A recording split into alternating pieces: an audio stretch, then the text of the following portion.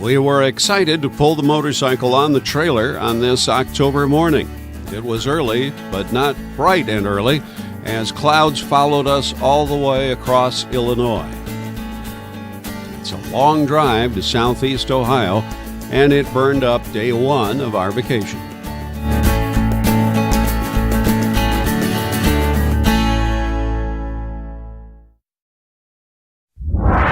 We were based at Marietta in Southeast Ohio. Formed in 1788, it marked the first incursion into the Northwest Territory. It's where the Ohio River meets the Muskingum River. But we didn't come for the history, we came for the ride.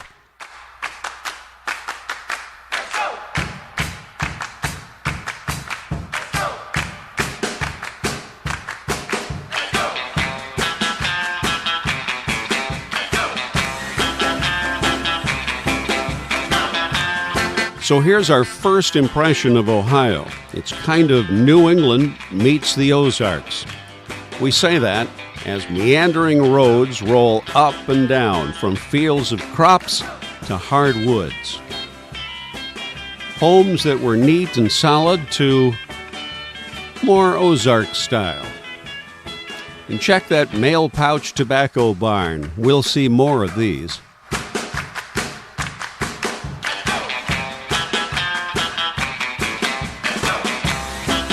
Zanesville, Ohio is known for pottery and art foundries. The ornate courthouse had war memorials on every side. I liked this one the best. The pile of helmets is poignant.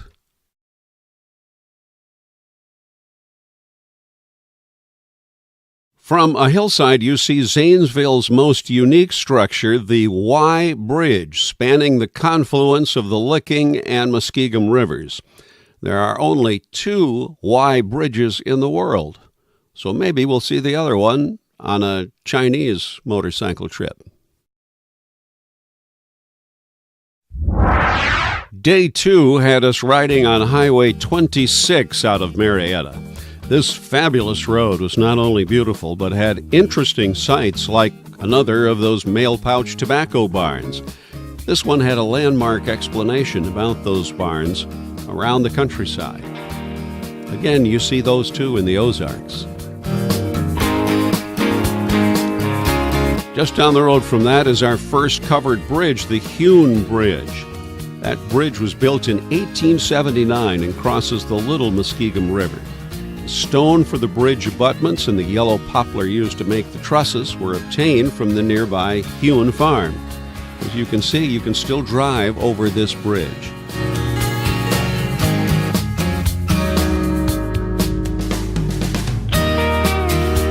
Just down the road is Renard Bridge, originally built in 1871, soon destroyed in a flood. A covered bridge was built in 1876 to replace the first bridge. That one was also washed away in the floods. The Renard Bridge of today is the third structure to be built, but many of the components used date back to the original 1876 bridge.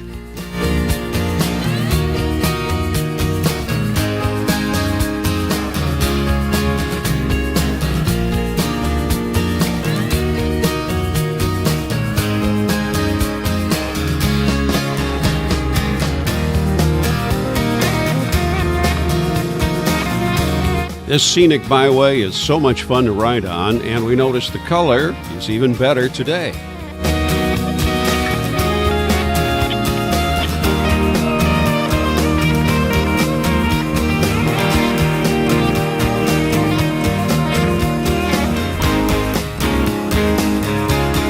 We passed through several small towns, many homes reminding us of New England houses.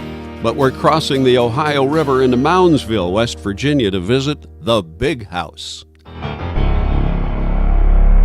This very foreboding and Gothic structure is the former West Virginia Penitentiary, used from 1866 to 1995. We took the tour, guided by a former guard. Gail got to try out the revolving door system of moving prisoners from one section to another. This prison would be ranked on the U.S. Department of Justice's top 10 most violent correctional facilities list.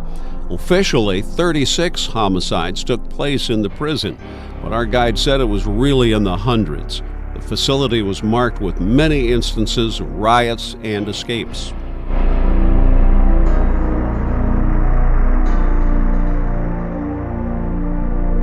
The 5-by-7-foot cells were too small to hold 3 prisoners at a time. At times, there was no other option. 2 prisoners would sleep in the bunks, while the third sleeping on a mattress on the floor.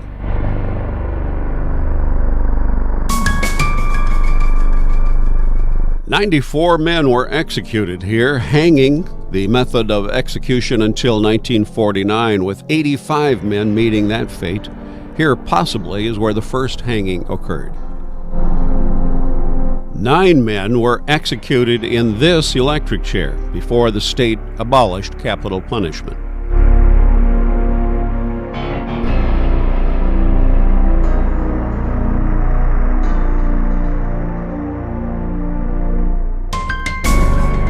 After just 2 hours inside, it was good to be back in the fresh air.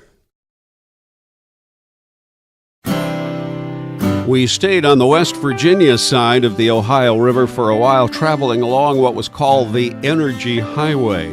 Very industrial, not very good riding, but we were trying to get to the ferry.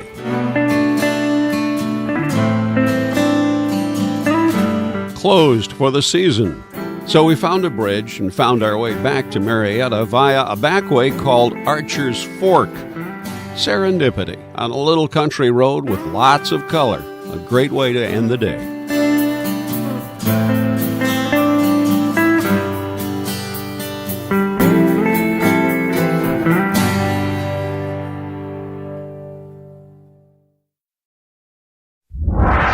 Day 3, State Road 555, the Triple Nickel. Southeast Ohio's best-known motorcycle road because of its winding asphalt and scenic views of rolling hills, especially in the southern part. The Triple Nickel, a renowned destination for bikers, and bonus, car traffic's almost non-existent. The day was bright and sunny, and the colors just kept getting better.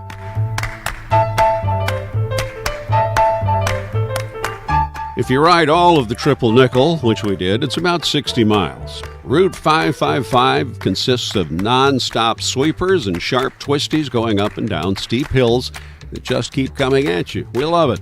You also have a lot of blind turns and ascents, so you need to stay alert the entire ride. While riding Triple Nickel, the scenery changes from homes and farmland to forests.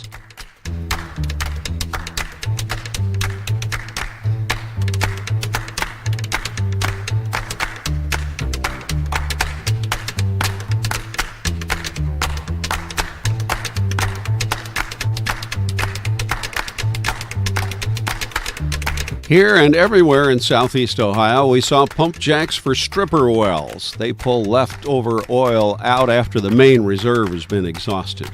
Maybe a couple of barrels a week or even a month. Some aren't running at all.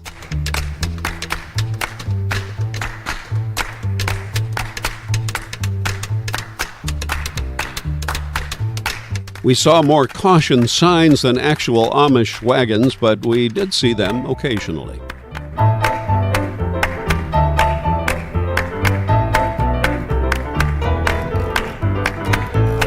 Triple Nickel was a great ride, and if there had been any kind of stores along the way, I'd have bought the t-shirt.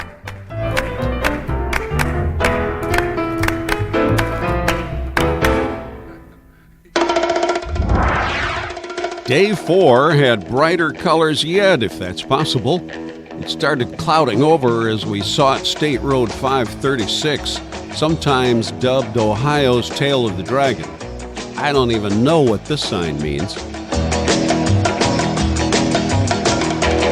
We had the road completely to ourselves, and it looked as though it was just repaved last week. 536 is 11 miles of non-stop thrilling twisties that keeps you leaning your bike in and out of turns the entire ride. It's only 11 miles long, but has over 110 turns in those 11 miles. That equates to one exciting ride.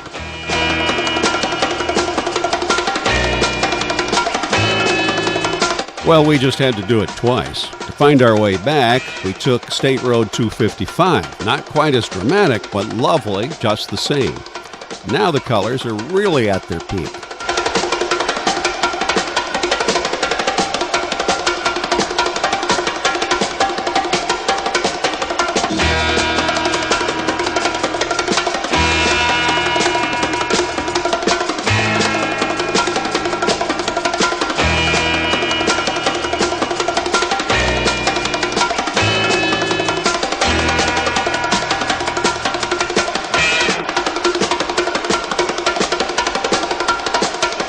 We stopped at a little country church to stretch our legs. Their well-kept cemetery had many Civil War veterans buried there. We headed home as clouds started to gather.